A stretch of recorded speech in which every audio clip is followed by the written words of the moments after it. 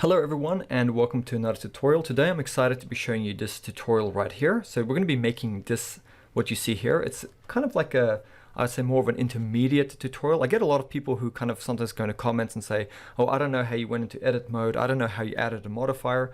So my tutorials aren't really for absolute beginners. You do need to kind of have a basic understanding of Blender before you try to do my tutorials. There are a lot of really good absolute beginner tutorials out there you can check out on YouTube, but my tutorials are more for people who have a basic understanding of Blender. So if that's being said, this is the scene. Like I said, I'm going to be making this available for $1 on Gumroad, like I always do. But for those of you who support me on Patreon, you'll be getting this along with some other assets that I throw along in with it, so you can open up the scenes. So I would really recommend you guys check out my Patreon if you have not already done that. I'll put that in the link below. But anyway, enough's been said. I'm sure you guys want to get right into this tutorial. Let's make it. Okay, so with a brand new scene open up in Blender 2.83, we're going to go ahead and hit A and then X just to delete everything. So we have a nice clean scene. Then we're going to go Shift A, we're going to go to our mesh options here, add in a UV sphere. Then we're going to hit 1 on our number pad to go into our front orthographic view. Then go into edit mode, so go here, click on the object button, then make it edit mode. Then in our front orthographic view with all of these vertices selected, we're going to go R, Y and hit 90 and hit enter. So we've rotated all of this geometry in edit mode 90 degrees on the Y. And then we're going to go G, X, and we're just going to move it to the side. It can be anywhere, just roughly like this for now. And then what we're going to do is come here and go to our edge select. So click on this here, and then go Shift Alt and click on any one of these loops here, these edge loops, and then go Shift D and then right click to let go, and then go G, Y, or no, GX, sorry, and bring it out on the X. And then we're going to go S to scale it down. And then if you go E, X, and scale it along the X here, you can see we are making a bar here. So then we're going to just go deselect all of that, and then go Alt and Shift, and just click on here, and then go G, X, and just bring this geometry into here. So now we have this. Then we're going to go over to our modifiers. We're going to add in a modifier and add in a mirror modifier. Make sure to enable clipping. So now if we just come and we select these loops here with Shift and Alt, so click on it and then go G, X, and we just move it, they should clip together like that.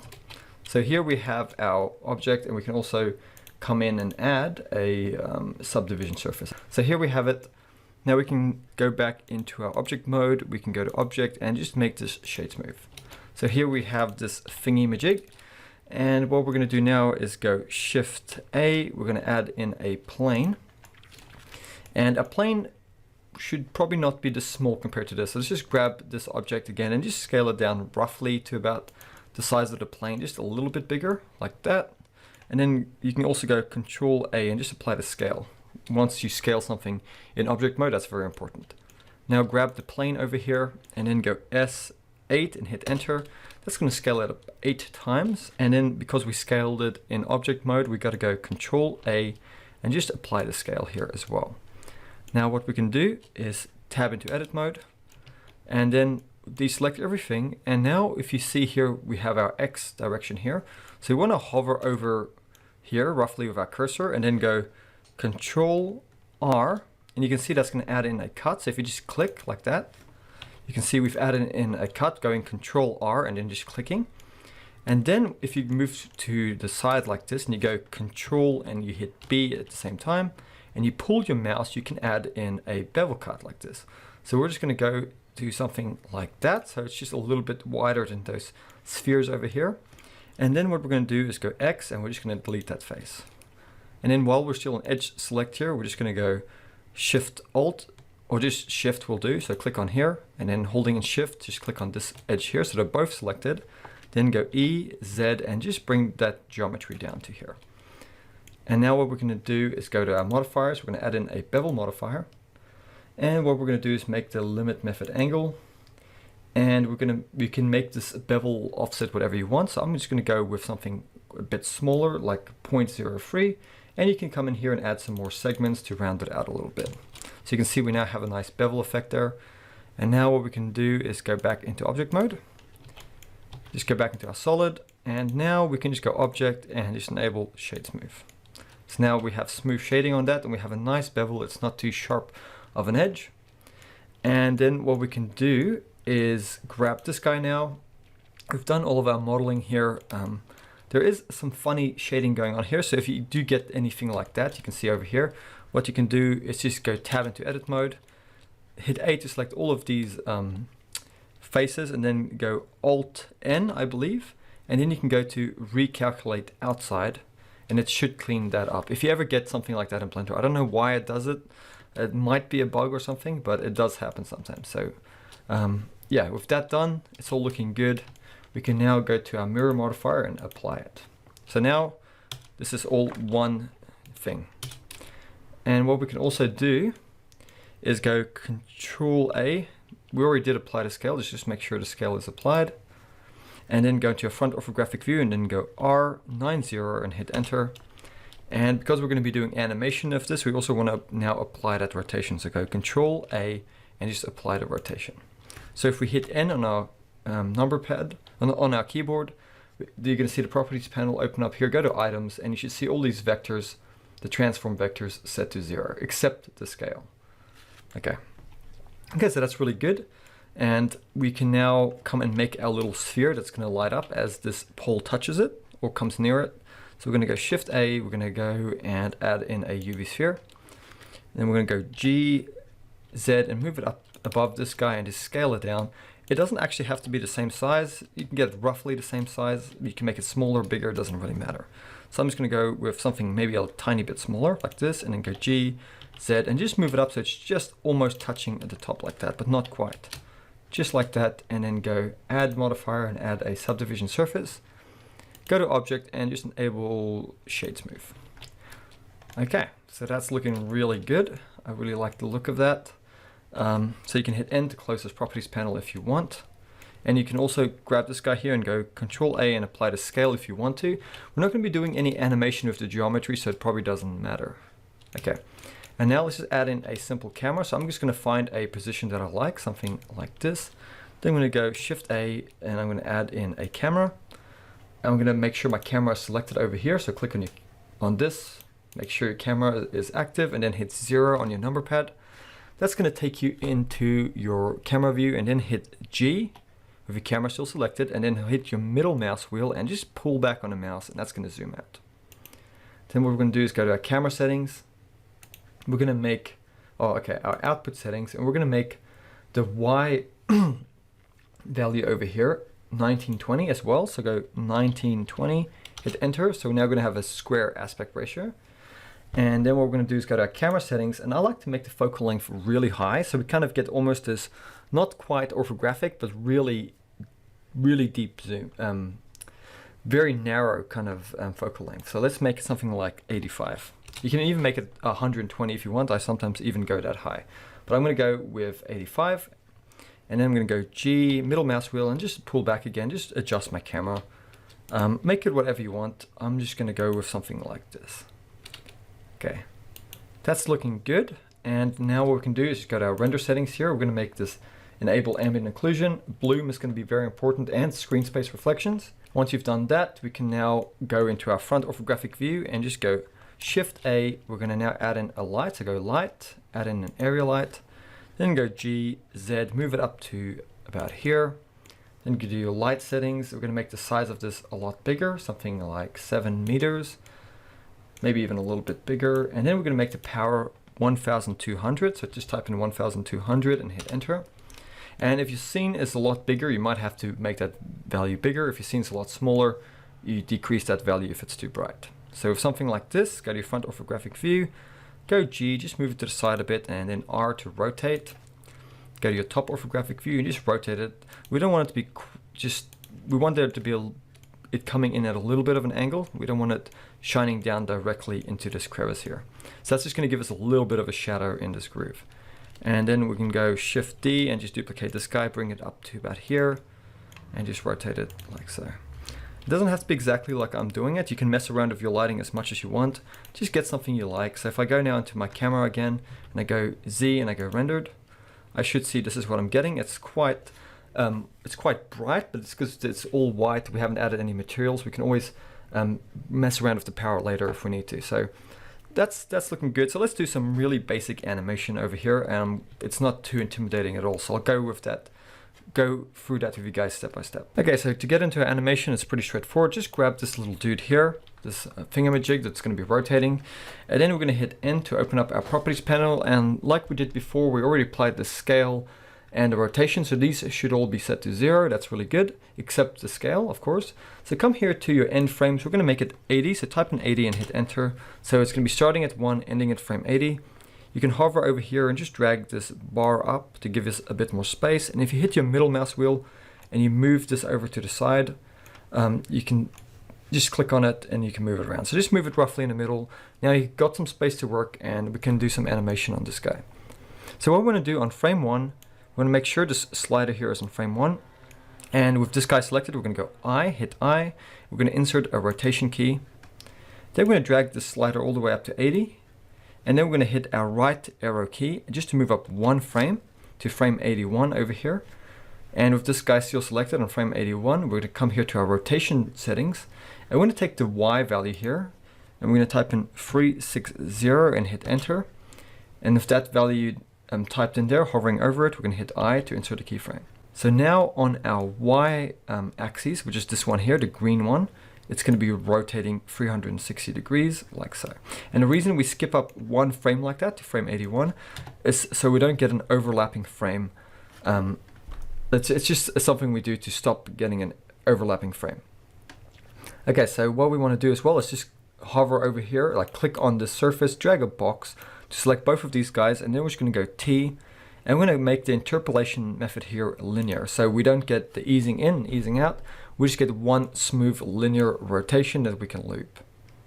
Okay, so with that done, we can now come add in our materials and animate this guy over here. We're going to be animating a mix shader in our material node that's going to be going between 2 materials. I'll quickly show you how we do that. So if this guy selected, go into shading and then hit 0 to go into your camera view. And we can go Z and just go into our rendered here. So go to rendered, and we have this guy selected, so go and create a new material, and we can just call this change or whatever, because it's going to be a changing material. And the material that I went for with this was just kind of like a pink scheme, but you can do whatever you want. So drag this principled BSDF out here, make it whatever you want. I'm just going to kind of go with like a pinkish kind of color like that. And then what I'm going to do is bring the roughness down a little bit, and you can give it a little bit of subsurface scatter, make it whatever you want. I'm just going to go with something like that, make it look kind of plasticky. And then I'm going to go Shift A, I'm going to go search and type in mix, and then I'm going to click here on that mix shader, and then just put this mix shader on top of here. So by default, this principal shader is in the top socket, and then we're going to go Shift A, we're going to go and search here, and we're going to type in emission. So type in EMI, and then you can click on emission, and we're going to drag this slider into here. So this should be going to the bottom socket of the mix shader. And we're going to make this also like a pinkish kind of color, and we're going to set the strength to 11 and hit enter. So what we're going to be animating here essentially is these 2 here. Okay, but for now, just leave that. We'll come back to that. So let's just add in some more material. So I'm going to select this guy here that we animated earlier, go new. You can call it whatever you want. I'm just going to call it metal because it's going to be kind of like a metal material. Then I'm going to come here to my principled BSDF and just drag the metallic slider all the way up to 1. Bring the roughness down a little bit, and I'm going to make it kind of like, I don't know, just any kind of color. It can be pinkish, it can be coppery. Make it whatever you want. I'm just going to go with that. Then I'm going to click on my floor here and go new. And let's just make this guy, let's give it a bit of a texture. So let's go Shift A, we're going to go search, type in noise. So we're going to get a noise texture, plug it into the base color here. Then we're going to go Shift A, search, and get a mix shader. Not a mix, and a color. So type in COLO. Just go to color ramp, and we're going to put the color ramp in between the noise and the principled shader. So the factor is going to the factor here, and the color is going to the color. And now if we drag this slider in here and we drag this white value down, it's going to give it a little bit more detail. But what we also want to do is mess around with this. So go Shift A, search, and get a texture coordinate, and just grab a texture coordinate. And then we're going to take the object and plug it into the vector. And that's just going to tell our noise texture how we want to distribute this texture on our surface. So make sure you do the object. You can try some of these other ones if you want, but I found object works really well. And now it's kind of a mess. So what we want to do is maybe decrease the scale to something like 2. And you can come in here and bring the distortion value up, you distort it a little bit, and you can bring the detail up as well. So kind of making like just a nice texture. And you can drag these sliders in or out to create more or less detail. So I'm going to go with something like this. So I'm going to grab this black value here, and I'm just going to make it kind of like a salmony kind of pink. You can make this whatever you want, by the way. It's totally up to you. This is just kind of the color scheme I'm trying out. It's kind of like a pinkish kind of one. So yeah, so something like this will work for now. And then I can go over here, bring the roughness down a little bit, make it a bit more reflective. Yeah, just totally try out some things. What we can also do is just come here to our output settings, or I think this one here. Okay, our render settings. Click on the render settings, go down to color management. And if you come here to the look, you can make it medium low contrast. Or you can even make it a higher contrast if you want. Sorry, medium high contrast. If you want to get a little bit more of a contrasty look. So I'm going to just go with medium high contrast. And I might make this material here a bit more coppery. So make it like that. Totally up to you. Make it what you want. I'm just going to go with this. And now we can animate this material here. I do think our lights are a little bit blown out. So what I might do is just grab this light here and then make the value of it 900 and hit enter. And just grab this guy here and drag the value down a little bit. So it's not so intense. So you go into your camera view. Okay, that looks a little bit better. It's not as blown out. You can come here to your world settings. You can make it darker if you want to add a bit more contrast, so you can bring it up. So I'm just going to bring it down a little bit like that. So here we have our scene. You can work on that as much as you want. You can check out the one I'm going to be providing on Gumroad or my Patreon, which are paid ones, but you can check them out if you do want to. So let's come in here and animate this material. So if this guy's selected, let's go back to our node setup here. And what we're going to be animating is this factor slider here. So let's just drag this, hover over here to add in a new tab. So drag up like this. And then we're going to click on here and make that a timeline. So we can see our timeline here. And what we're going to do is with this guy selected, we're going to make sure we're on frame 1. And on frame 1, we're going to drag this value all the way up to 1. So it's fully bright. So it's going to be using this emission shader 100%. And on frame 1 with a value of 1, hovering over it, we're going to hit I to insert a keyframe. Then we're going to drag our slider up to frame 10. And on frame 10, we're going to drag it all the way down to 0 because our rod here is moving away from it. And then we're going to hit I, hovering over it. So that's going to insert a keyframe on that material. Then we're going to go to frame 30.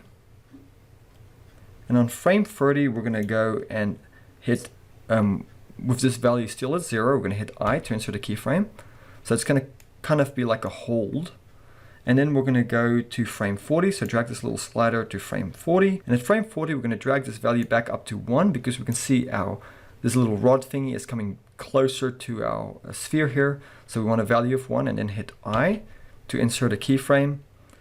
And then what we want to do is drag the slider up to frame 50. And on frame 50, it's moving away. So we want to make the value 0 as it's moving away. So drag it down to 0. Hovering over here, hit I. And then what we want to do is create a hold. So drag this all the way up to frame 70 because that's roughly where this guy is getting close again. And then with a value of 0, we're going to hit I to insert a keyframe. And then we're going to drag the slider to 80. And on frame 80, we're going to drag this value up to 1 again and hit I. So I hope that didn't confuse anybody. So if I click on this shader here, the mix shader, you should be able to see the keyframes here. So we should have something that looks like this. So if we play this now, we should see this. It comes close, it goes off, comes close, it goes off. So this is a nice little loopable animation. I hope I explained it well. Like I said in the very beginning, this is not an absolute beginner. So if you don't know the fundamental basics of Blender, I definitely wouldn't recommend you try this animation. But I hope from those of you who are intermediate, who've done Blender for a little bit, have found this useful. And like I said, I am going to be making this available on my Gumroad for $1 if you want to buy that. And if you want to, you can go ahead and support me on Patreon. I'll be making all of these scenes that I do now, including the assets I use, available on my Patreon. It starts at $3, and so that's going to include all of this sort of stuff. So just go ahead, check it out. That's going to be in the link below. I hope you guys found this useful. I hope you learned something cool. Yeah, I'll see you guys for another tutorial, and thanks for watching.